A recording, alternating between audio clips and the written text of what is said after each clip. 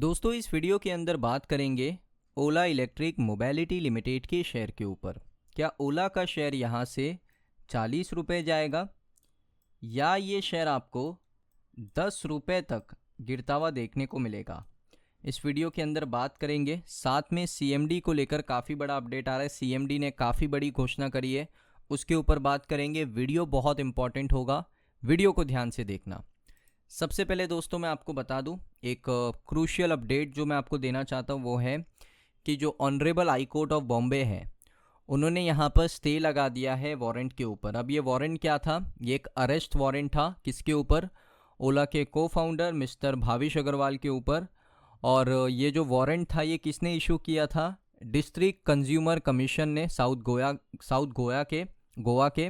Additionally दोस्तों जो honourable court है उन्होंने ऑब्जर्व किया है कि जो कमीशन है उन्होंने एक्सीड किया है, जो यहाँ पर रूल्स होता है उसको एक्सीड करके यहाँ पर ये एक आप कह सकते हो कि वारंट इशू किया था, अरेस्ट वारंट इशू किया था।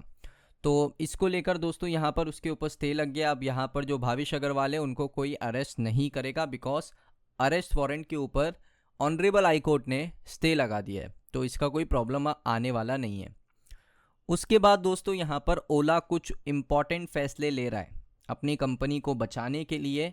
कुछ बहुत ही इम्पॉर्टेंट फैसले ओला इलेक्ट्रिक ले रहा है। अब देखिए, सबसे पहला फैसला लिया है कि ओला इलेक्ट्रिक क्या करेगा, जो फिजिकल स्टोर है उसको यहाँ पर रिड्यूस कर देगा, कम कर देगा। लगभग 550 यानी 550 फिजिकल स्टोर्स को ओला यहाँ पर बंद करने वाला है एंड ऑफ मार्च तक। यानी मार्च का महीना एंड होगा उनके लिए, फिजिकल स्टोर यहाँ पर बंद हो जाएंगे। 550 का दोस्तों यहाँ पर नंबर है, 550 स्टोर यहाँ पर बंद हो जाएंगे। मीडिया रिपोर्ट्स आ रही है, क्योंकि उनको पता चल गया है कि एक्सपेंस को कंट्रोल करना ज़रूरी है। आप देख सकते हो ओला इलेक्ट्रिक का शेयर लगभग यहाँ पर रिकॉर्ड लो पर आ चुका है।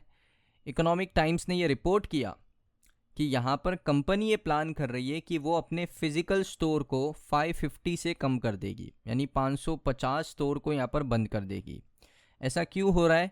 क्योंकि आप देख सकते हो कि जो नेटवर्क है वो यहाँ पर बहुत बड़ा था ओला इलेक्ट्रिक का। लगभग इनके पास 4000 स्टोर हैं इंडिया के अंदर, 4000 स्टोर। ओला इलेक्ट्रिक के सीईओ मिस्टर भाविश अग्रवाल ने ये अनाउंस किया था कि वो एक्सपांड करेंगे अपना नेटवर्क 4 गुना। यानी अगर उनके पास 4000 स्टोर हैं इंडिया के अंदर तो वो उसको यहाँ पर और 3200 नए स्टोर यहाँ पर लेकर आने वाले, और उसके सर्विस सेंटर्स भी। लेकिन अब इसका उल्टा हो रहा है, अब ओला इलेक्ट्रिक अपने जो फिजिकल स्टोर है उसको रिड्यूस कर रहा है।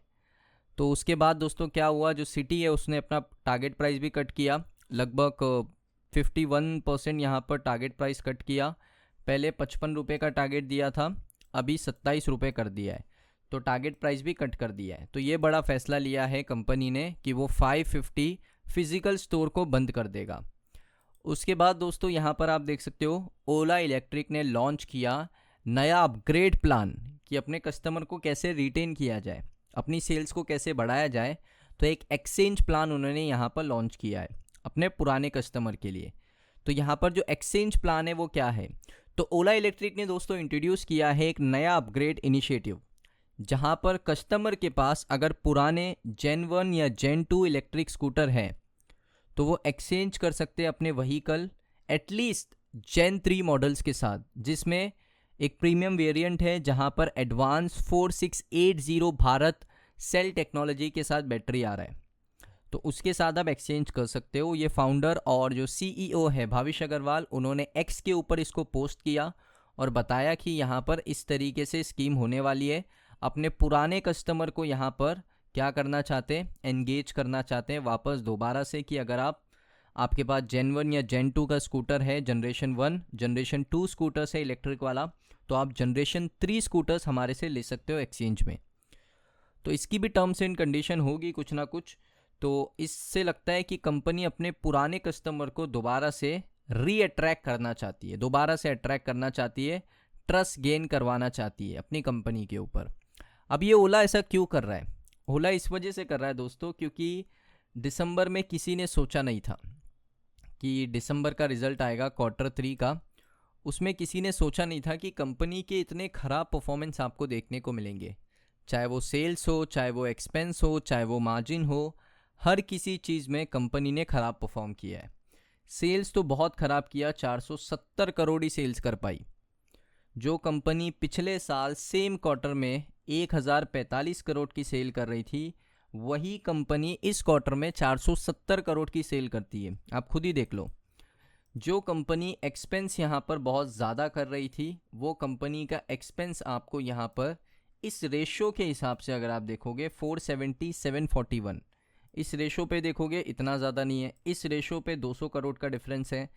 इस रेशो पे आप देख सकते हो इतना डिफरेंस नहीं है, लेकिन 470 741 तो ये बहुत बड़ा डिफरेंस है। 300 350 करोड़ का डिफरेंस आ गया। ऑपरेटिंग प्रॉफिट माइनस में चल रहा है। मार्जिन अगर आप देखोगे -58, यानी मार्जिन भी आपको यहाँ पर बहुत ही माइनस में चलता हुआ देखने को मिल रहा है। तो कोई चीज़ बेटर नहीं है, सिर्फ एक बेटर हुई कि भाई प्रॉफिट को नैरो किया है, -487 करोड़, जो कि पिछले साल से इस साल प्रॉफिट नैरो हुआ है। लेकिन क्वार्टर ऑन क्वार्टर बेसिस पे प्रॉफिट नैरो नहीं हुआ है, ये भी चीज़ समझने वाली बात है।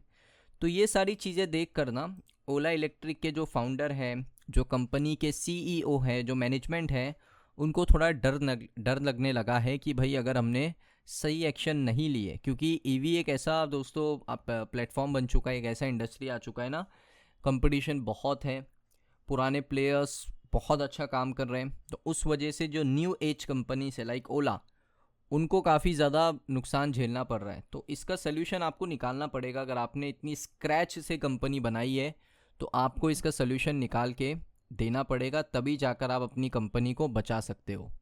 तो देखिए, अगर कंपनी बचानी है तो सेल्स को इम्प्रूव करना पड़ेगा, एक्सपेंस को कम करना पड़ेगा और प्रॉफिटेबल बनना पड़ेगा। ये 3 चीज़ें करनी पड़ेगी। अब वो कैसी करनी है, कैसे एग्जीक्यूट करना है, वो कंपनी और उसके मैनेजमेंट को देखना है। अगर ये चीज़ नहीं कर पाती है कंपनी, तो सॉरी, ये कंपनी नहीं बच पाएगी, क्योंकि इस कंपनी के जो फाइनेंशियल है वो बहुत ही ख़राब है। क्योंकि एज अ इन्वेस्टर मैं जज करता हूँ कंपनी को उसके फाइनेंशियल्स के ऊपर। इसके फाइनेंशियल भी ख़राब है, इसका प्राइसिंग भी ख़राब है और ये गिर भी रहा है शेयर। तो इसीलिए बहुत बड़ी दिक्कत की बात है। तो मैंने वीडियो के शुरू में आपको कहा था ना, 40 जाएगा या 10 जाएगा, वो डिपेंड ही करेगा कि एग्जीक्यूशन कैसे होता है क्वार्टर 4 में, उसके बाद क्वार्टर 1 में क्या सेल्स बढ़ेगा, क्या प्रॉफिट बढ़ेगा, यानी प्रॉफिटेबल कंपनी बनेगी, क्या यहाँ पर मार्जिन बढ़ेगा। तो ये सारी चीज़ें अगर होती है, मान लो क्वार्टर 4 में सेल्स बढ़ता है और प्रॉफिट जो लॉस है वो थोड़ा और कम हो जाता है पिछले क्वार्टर से, तो क्या होगा, एक पॉजिटिविटी बनेगी और शेयर ऊपर जाएगा। अगर इसका उल्टा होता है, शेयर नीचे आ जाएगा, ख़त्म हो जाएगा सब कुछ। तो इसीलिए दोस्तों ओला के लिए बहुत ही क्रिटिकल टाइम चल रहा है और इस क्रिटिकल टाइम में कंपनी के जो डिसीजन है वो देखकर यही लगता है कि उनका मेन फोकस है कि कस्टमर, जो पुराने कस्टमर है, उनको रीगेन करे, नए कस्टमर को लेकर आए, ट्रस्ट बिल्ड दोबारा से करना पड़ेगा, रीसेट करना पड़ेगा पूरा। और साथ में एक और चीज़ करनी पड़ेगी, अपने एक्सपेंस को कम करना पड़ेगा ताकि हम प्रॉफिटेबल बने। इसी वजह से कंपनी ने 550 फिजिकल स्टोर्स को बंद करने की बात कह दी है। तो ये सारी खबर देख के पता चलता है कि इंटरनली कितना पैनिक है कंपनी के अंदर। सो दोस्तों, ये वीडियो आपको कैसा लगा कमेंट सेक्शन में बताइए। अगर वीडियो अच्छा लगा, वीडियो को लाइक करें। चैनल पे अगर आप पहली बार आए हो, सब्सक्राइब कर लो। मिलता हूँ नेक्स्ट वीडियो में।